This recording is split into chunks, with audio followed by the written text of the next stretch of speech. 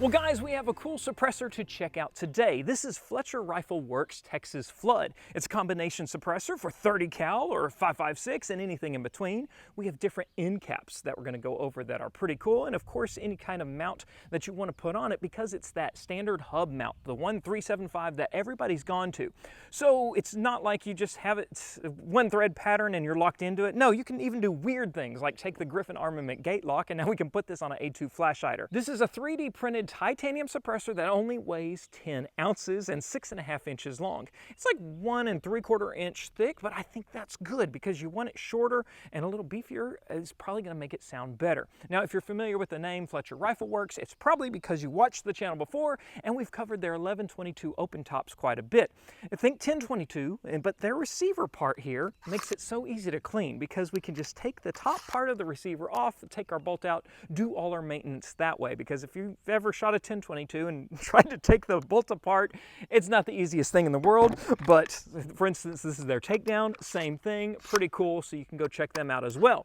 But before we get shooting with our cool suppressor, we want to thank our sponsor, and that's Checkmate Magazines. Now, Checkmate's been manufacturing OEM mags for years for the most popular brands of firearms. You're talking quality mags, American made, backed by an unwavering warranty. Checkmate offers ultra-reliable magazines for things like 2011, 1911, M14, M9, Smith & Wesson Shield, and even Desert Eagle. And then there's going to be a lot more that get added to the website regularly, so just go check them out. Now let's get on with seeing how this thing sounds like. We've got two pretty identical setups right here. We have the LaRue OBR's 16-inch barrels, but on the left, on this FDE one, we have the LaRue Tranquilo. Now on this Top Shot OBR from the show, mind you, pretty cool, we have the Fletcher Rifle Works Texas Flood. But here's the deal. We have this mic set up downrange. We're going to try not to shoot it, but we manually gate the volume on it so it doesn't over peak, and that we don't have an auto gain that kind of makes one sound quieter even though it was louder because the auto gating type thing. So we should get a good side-by-side comparison. Shut up and shoot. So Tranquilo first. I'm going to try this without ear pro. Okay, and now the Texas Flood.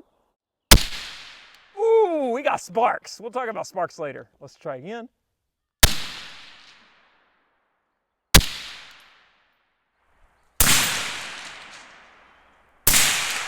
We definitely have different tones going on, but I would say the Flood is quieter. We have a high-pitched kind of a ring. I almost wondered if it was because of brass hitting the scope and bouncing, but I don't think that was the case. Now for our 5.56 comparison, we have an AB Raptor 6-rib with a big honking reflex. It ought to be pretty quiet because that's a lot of volume. This is my FIM's FMR rifle. Let's see what they sound like, both 16 inches.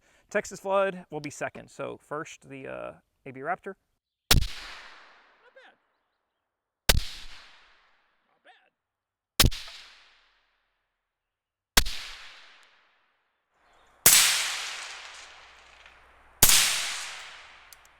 Man, I got it from here. It sounds about the same. Shooter's ear sounds the same, which is impressive that it's, you know, such a big, long comparison on that AB. 300 Blackout. We have Supersonic first. We've got 16-inch barrels, and on the left, though, we have the 7.62 AB suppressor with a 10 stack and a 3-inch reflex. So it's got a lot of length on this. So it's going to be pretty quiet, I bet. All right, and then of course the Flood on the right. Yeah. The AB was a bit quieter, being such a large can and all. Last one.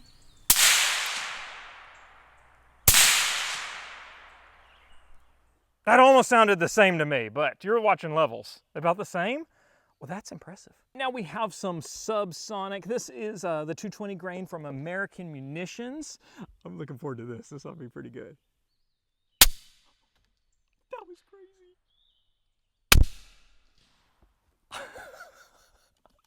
Okay, I think the AB had it a little bit on that one.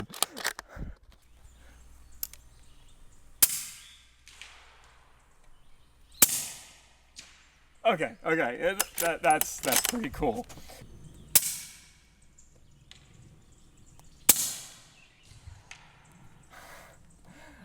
That's just fun. Subsonic is fun. Now finally, just for kicks, this is some 308 Subsonic from our friends over at Detroit Ammo. With this long barrel on the Savage, it ought to be pretty good. All right. Very airy, but very quiet.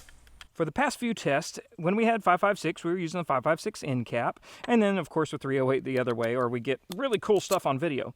But the end caps are pretty cool. That's a 9/16 wrench, and there's a taper lock around the edge, or just a taper that helps it lock into place. And then you have the threads going in this threaded section here. There's no telling what kind of inside coolness you can have in a 3D printed suppressor. But what they did send me, this is the aftermarket, you have to buy these separately, is the vented end caps. So of course, when you fire a suppressed rifle, those gases just mix around in here and a lot of times go back into the gun. So if you want them quiet, cool. We were doing the quiet one earlier, but if say you wanted to run full auto, or you just wanted less gas in your gun because it was overpowering your gun. In fact, I have broken parts in my guns before by putting a suppressor on it and the bolt running too fast. That's the good reason to have a vented end cap like this. Now it's going to be a little louder downrange for sure, because that's where the extra gas goes, but then it's not in your gun, so it could be a real good thing. What we have is 20 rounds of the steel ammo, like Russian arms or something, and then we have 5 rounds of brass Winchester.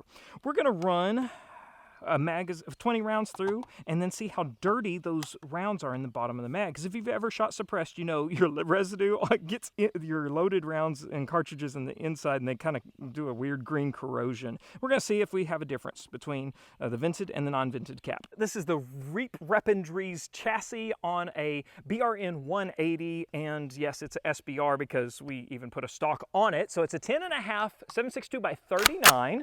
The rumor is there's an AR-10 chassis coming, so we're going to see if we can get our hands on that for a review. All right, we're going to just try a steady pace, 20 rounds.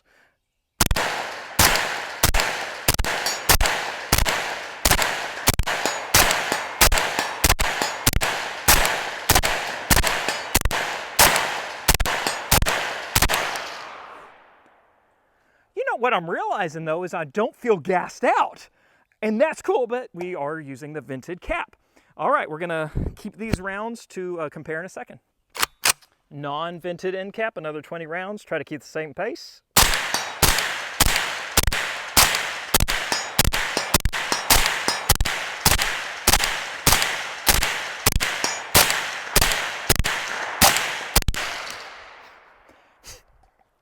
A little bit gassier in my nose. It just started to burn just a little, and I felt the heat, but probably because I'm actually getting on the gun.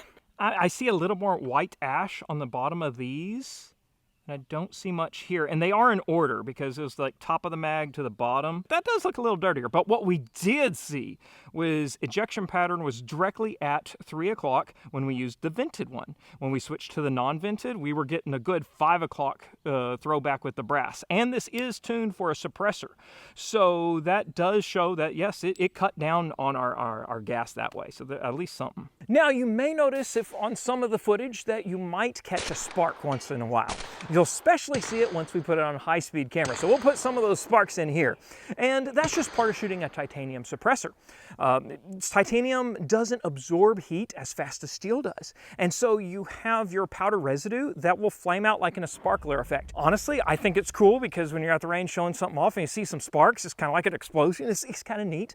But some armchair warrior Rambos are going to be like, oh, that's going to give away your position. I'm just not shooting at bad guys at 300 yards under nods at night too much, so it doesn't matter to me. If you really are one of those covert warriors, you might not want titanium, and you'll just have to hump extra weight and ounces there. Now, on accuracy, I put it side by side on my LaRue OBR, and with my regular suppressor, the Bowers titanium I have on it, it was a like 0.4 inch group, and then I threw the Texas Flood on it, and I had a 0.6 inch group. It's negligible. They could have just been me anyway. But the cool thing is the versatility, being that it has a hub adapter and the replaceable end caps for both 5.56 and 308, and the vents. That's cool because we obviously saw a difference on the ejection pattern just throwing it on this BRN 180.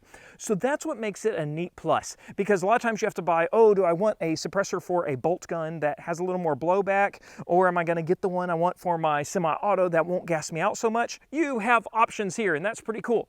Now, I noticed on Fletcher Rifle Works website that for the first 100 orders, you get $300 off. So that's cool if you jump on it soon. And here's another one. I don't know if it'll stack. I don't know if I'm supposed to tell you, but if you use my code TOPSHOT, they're going to take 10% off. So you could get a $400 savings on this. That would make it a pretty cool deal. So you can go over there and check out more. Thanks for watching today, guys. Okay, I love you. Bye-bye.